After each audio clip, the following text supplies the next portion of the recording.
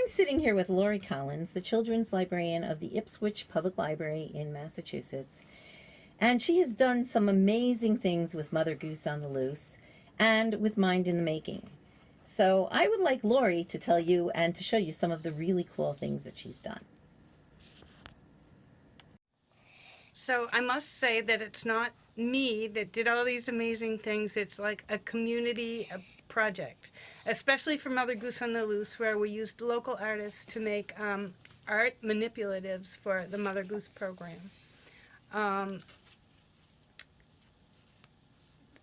Perhaps what we should do is just go out to the... So I've done Mother Goose on the Loose for 3 years. There were a few times at the very beginning where I did one mom and one baby for a program, and now we've had up to 30 babies in a program because it has been built such a great sense of community amongst our young families. We feel it's very important for them to meet each other in this library environment, meet us, the librarians who work here, and it really forms a great bond, and we've seen so many families make very good friends. Now, in the process of creating the Mother Goose grant, we did invite other members of the community, the artists in the community, to create these art manipulatives. And the nice thing about that is that makes them feel as though they have a hand in the children in the community and a hand in what's going on in the library. So we have Mother Goose on the Loose and her gander. We're lucky enough to have Ed Emberley, the famous artist of if you can draw a triangle or a square or a circle, you can draw anything. He lives right here in town, and he gave us permission to do a flannel board of his Chicken Little story. I think that's unbelievable. It's beautiful. Isn't it beautiful?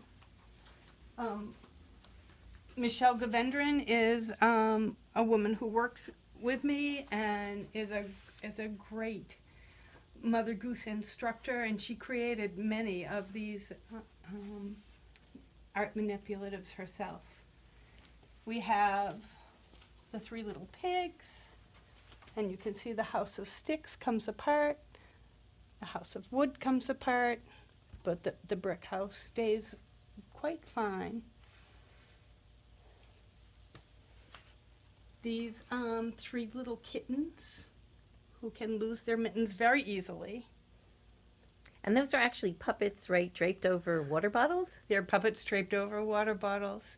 And they're made from Afghan sweaters.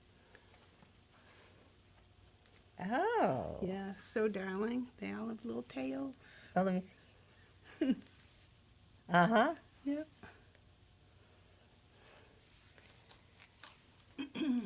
We have a lot of the nursery rhymes, Hickory Dickory Dock, Jack in the Box, Mother Goose, the infamous Humpty Dumpty. That's my favorite story to tell people, as I say. When I first went to Mother Goose training, I said, what's the big deal about Humpty Dumpty? I'm telling you, it's a big deal. It's very empowering. It's one of the kids' favorite things. Tell them the story about your Humpty and what Ed said to you. Oh, sure. So I'm not a talented artist, but I was willing to try something. So I had made a flannel, a Humpty Dumpty, before Michelle did. And he's not so pretty, but Ed Emberley, being the kind artist that he is, told me mine could be a MoMA version of Humpty Dumpty. And of course, this is a beautiful Duke of York. He can attach to our toes. We can move his hands up and down, and he's a great marcher. Ah, so you put him on your legs, and then he's in front of you, so when you're marching, he's leading the gang. That's right. Marching them up and down the hill. That's right. Wow. Beautiful, beautiful sing-a-song of sixpence that we just pull out for the kids to look at. And as you said, Betsy, they can actually touch this beautiful piece of art. It's got all the bright colors that appeal to them. And here is, I had a little nut tree, which actually starts out like this. Oh, I didn't do that. Okay. There it is. I had a little nut tree, nothing would it bear, but a little nutmeg and a silver pear. The king of Spain's daughter came to visit me, and all for the sake of my little nut tree. Isn't she lovely? Oh, she's beautiful. I don't remember if it was the king of Spain, the king of France. It was the king of Spain, I think. Oh, it was, okay. Yeah. Oh, oops. So and here's your Jack in the Box. Jack in the Box. Oh, I recognize her. Old Mother Goose. Mother Goose. She's beautiful. Yep. And, you know, the minute she goes on the flannel board, they all know what they're supposed to do. What are they supposed to do? They start to clap on their legs. It's just so familiar to them. And as I said to Betsy earlier, I always tell the new people, it's kind of like the Rocky Horror Picture Show. If you're new, I say to you, okay, it's all right. You know, everybody didn't just come in knowing these words. You'll learn them too. There's no mystery to it. 5 fat sausages. Rockabye baby.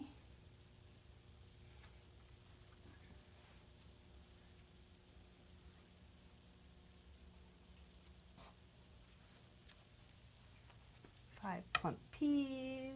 And of course, you can't do anything without the wheels on the bus. Yeah. And so tell me a little bit about the grant that you got to pay for all this. So it was a Mother Goose grant. It was sponsored by Library Science and Technology Act and administered by the Massachusetts Board of Library Commissioners. With that grant, we initially paid for staffing for Mother Goose programs. And there's 3 people on this children's room staff who are trained in Mother Goose. And if you build it, they will come. We went from occasionally just a few babies in our classes to very consistent numbers in our classes. And as I've also shared earlier today, the biggest problem we have is no one wants to leave Mother Goose.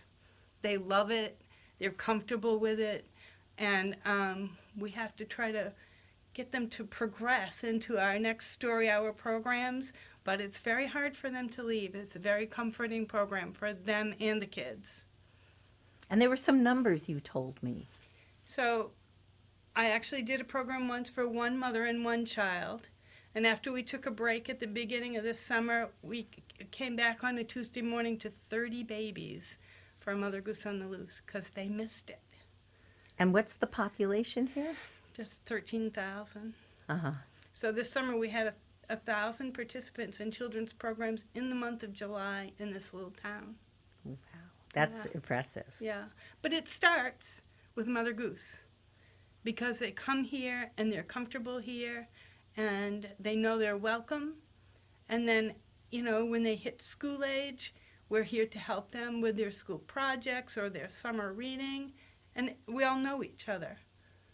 You also mentioned that, well, I'll go back a little bit. Mm-hmm. And Mother Goose on the Loose tells people, here's the structure and the format, now make it your own and do the things that you love because enthusiasm breeds enthusiasm. Yes. And you were telling me about something unique that you do. Would you like to? Sure. So I play the Irish hand drum, the bodhrán, and the babies just love it. And if I start to lose them in a program, I pull that drum out and I capture their attention again right away. Michelle, when she does a program, has all these beautiful art manipulatives, and she knows a ton of different stories and songs to go along with things. So everybody brings to the table what their specialties are. For the lullaby, Betsy does Soft Kitty from one of the sitcoms, and Michelle does Skinnamarink-a-Dinky-Dink. Mm-hmm. And I do a song based on Sweet Caroline, because we're big Red Sox fans here, and that's a big song for the Red Sox. Hmm. It says, Sweet Caroline, nap time never looks so good. Oh, keep going. I'd be inclined to take one with you if I could, because now I know. Oh. So that's very endearing. And the other thing about that, so many kids learn that song in Mother Goose, and then when Dad's watching the Red Sox and that song comes on, they know that. Mm. Yeah. That's a great connection between what's going on in the community and this old, and the music. Yeah. And plus it makes the parents laugh. The words aren't necessarily for the kids, they're for the grown-ups, but when you're cuddling, it doesn't make any difference. Yep. When we were, just before I started this video, you were showing me your storage room. I'm going to turn off the video for a second. Can we walk there and you'll just tell us about it? Sure. So this is a very important part of doing this project with the artist's work, because we wanted to maintain it so that it still stayed looking nice, even though some of it's a little tired. And of course we also wanted to be able to find things. So we have homes for all these things that we use all the time. Mother Goose and Humpty, the 3 little kittens go in there, apples and bananas, 5 foxes. So that's really, that was a piece of the project we weren't as prepared for, but now it makes our life so easy because we just come in and take the pieces that we want for the Mother Goose show, as we call it. Can you open one so we can see what's inside? Sure, let me find one here. This is probably good. So there's apples and bananas. Here are 5 little foxes. Of course, that's Michelle's work again. That apple looks real. It's a plastic apple. Ah, okay. Foam banana. We have a really cute 5 little pumpkins. And I noticed in the box, a lot of the boxes, you have a little card with the words to the rhyme too. Yes. Do you have that in that one as well? No, but we have them for when we first introduced the grant. We actually did an exhibit, and it had all the words and all the artists' names. And so those are the little cards we saw out there. Those are the little cards out there. And so for storage, you put the card in with the piece. So should you want to display it, you have it available. Yes. Yeah. Okay. And now just tell me, what kind of reception has this project had on your community? Well, for the people that made the art, that they, they'll stop in and say, "Oh, are you still using that?" Or, "Of course we are." Mm-hmm. Yeah, it's nice. It tied in people who maybe don't have ties to the children's room anymore. It gave them ties to the children's room again.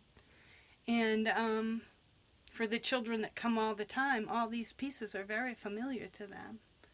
And their exposure to beautiful art. Yes. Yeah. Yeah. Now tell me about your Mind in the Making grant. So Mind in the Making, we are focusing on different ways of offering play at the library. So we've done some electronic things. We have built a lovely PlayStation down back that's just pretty hot off the presses today. Not completely finished, but almost ready to go. Maybe we could take a quick peek there too. Yeah. Okay.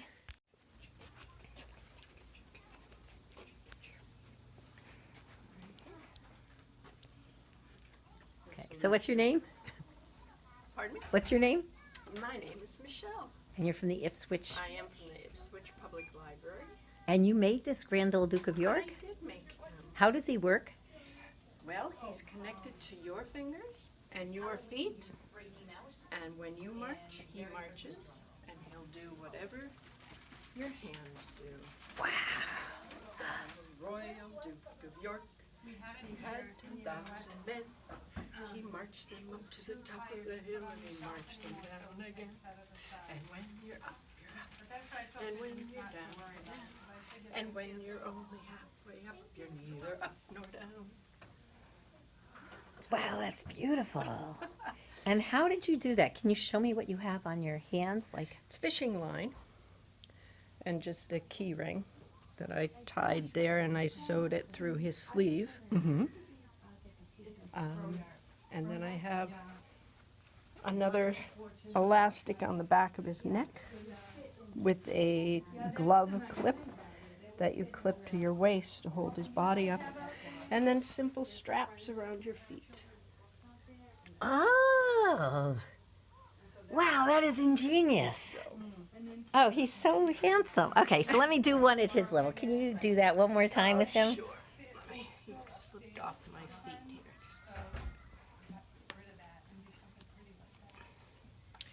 Whoops. And they came off. Quite the display, huh?